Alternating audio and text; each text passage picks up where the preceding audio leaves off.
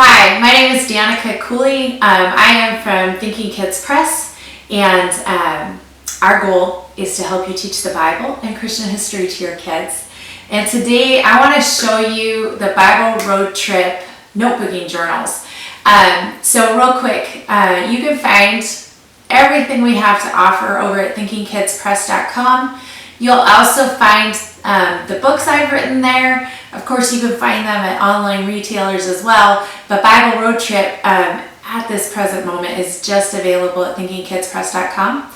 At thinkingkidsblog.org, we have tons of content for you. Books about the Bible for kids, books about Christian history that your kids are going to love. We have parenting articles and Bible crafts and just all kinds of materials to help you teach the Bible and Christian history to your kids. So Bible Road Trip is a program I wrote to take your kids through the Bible in 3 years. It's 32 weeks a year, and so some people just do it year round and it takes less time. It goes through at 5 different levels. This is the upper grammar level, which is 4 through 6. So there's preschool through kindergarten. Lower grammar, which is grades 1 through 3. Upper grammar is grades 4 through 6. Dialectic is 7 through 9, and rhetoric is 10 through 12. So your kids are able to, in this program, pick from a smorgasbord of activities. Well, you're going to help pick that. Bible memory, which is super important. Praying for the nations, learning more about the Bible and the books that you're reading. There is notebooking, which is what we're going to talk about today and go through the notebooking journals. And then, learning about what you're reading and then actually reading through the Bible, which I think is super important. So this is the upper grammar notebooking journal. Those notebooking journals are available in lower grammar, upper grammar, and dialectic. Right now for rhetoric, I feel like it's important for high school to learn to take notes on their own. So we don't have a schedule, we don't have a notebooking journal for rhetoric, but a lot of people use the dialectic. Okay, so we're gonna take a look at the notebooking journals and I'll show you what's inside them. Okay, we are going to talk about the Bible Road Trip notebooking journals. This is the lower grammar, which is grades 1 through 3. We do not take notes at preschool kindergarten level. There are some fun crafts to do, but your kids don't need to be writing on a regular basis at that level. So 1st through 3rd grade is the earliest I would recommend doing it. Upper grammar is grades 4 through 6. And then we also have a dialectic notebooking journal. You can see that this upper grammar, there's more pages than the lower grammar. I did not want to go through the attic, so I did not pull out the dialectic notebooking journal, but I have printed week 3 to show you. And to give you an idea, the dialectic notebooking journal is about twice this size. So usually what I do, because I take these to the office supply store to be bound, I print 2 covers for dialectic and I have them bind it in 2 sections. So weeks 1 through 16 and then 17 through 32. So I will show you, it just goes right into this. Often I recommend printing these on cardstock so that your kids can use pen, which I think is really nice for your kids, and not have it bleed through. I printed this, I think, on 80-pound paper, which is fine for display purposes, but it would bleed through if they used pens. And I do think using pens helps them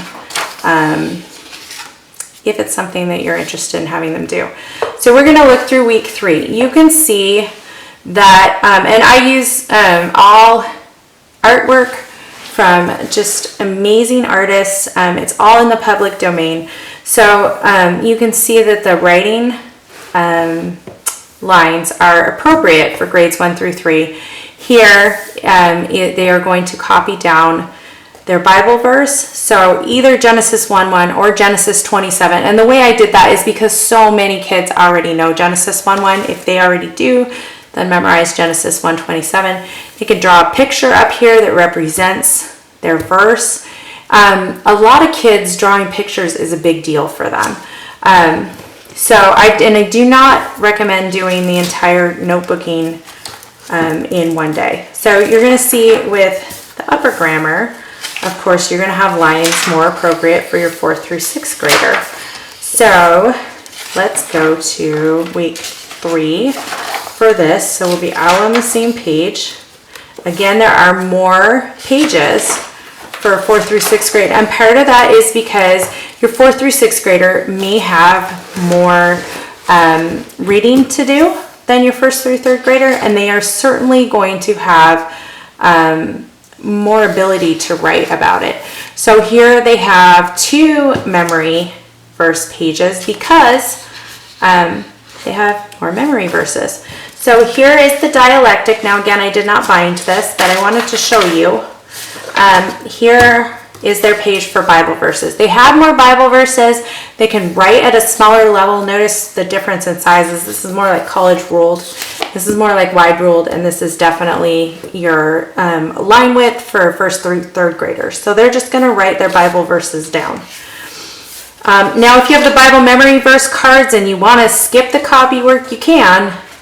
Remember that everything with Bible Road Trip is something you're going to do as it works for your family. But it's nice to have that option in there. Okay, so notes on Genesis. Each level is going to take notes on the section and book of scripture that they are reading from. And each level of Bible Road Trip has their own books to read about the book. So you're going to use these pages to record that.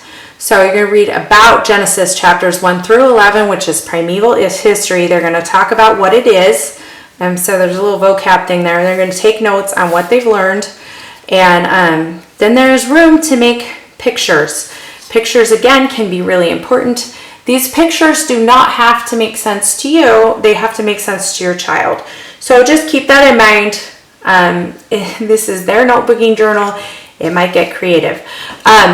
And just a word about notebooking with each age. If this isn't something you've been doing and you are just starting out with your 1st through 3rd grader, you may give them a list, like things you learned about Genesis. They're going to write down primeval history, right? It's what it is. And then you might just give them a list of 3 things to know about this.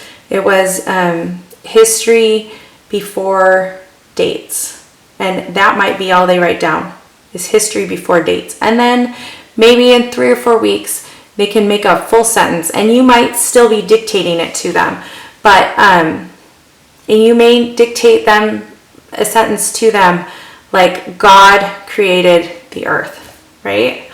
That is okay. Eventually, your kids are not going to want you to dictate to them. They are going to say, I got this, I'm going to write, and they're going to take off.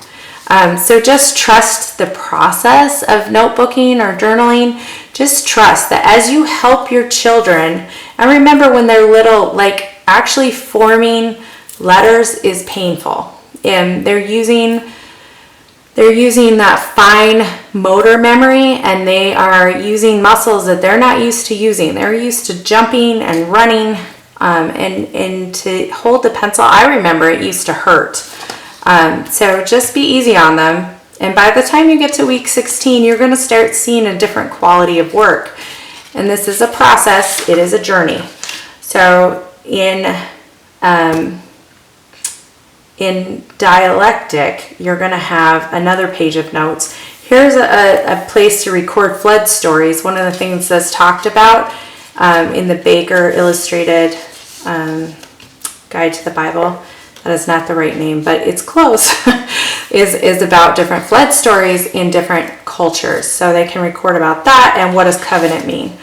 All right, so days of creation is going to be the same for each of them. They're just going to record what happened each day of creation, which is pretty easy, but it's nice for especially visual people like me to write down what happened and be able to see that. Now, if they want and you're okay with it, they can just draw pictures Okay, so then they're going to talk about the fall and what happened. Same with the dialectic.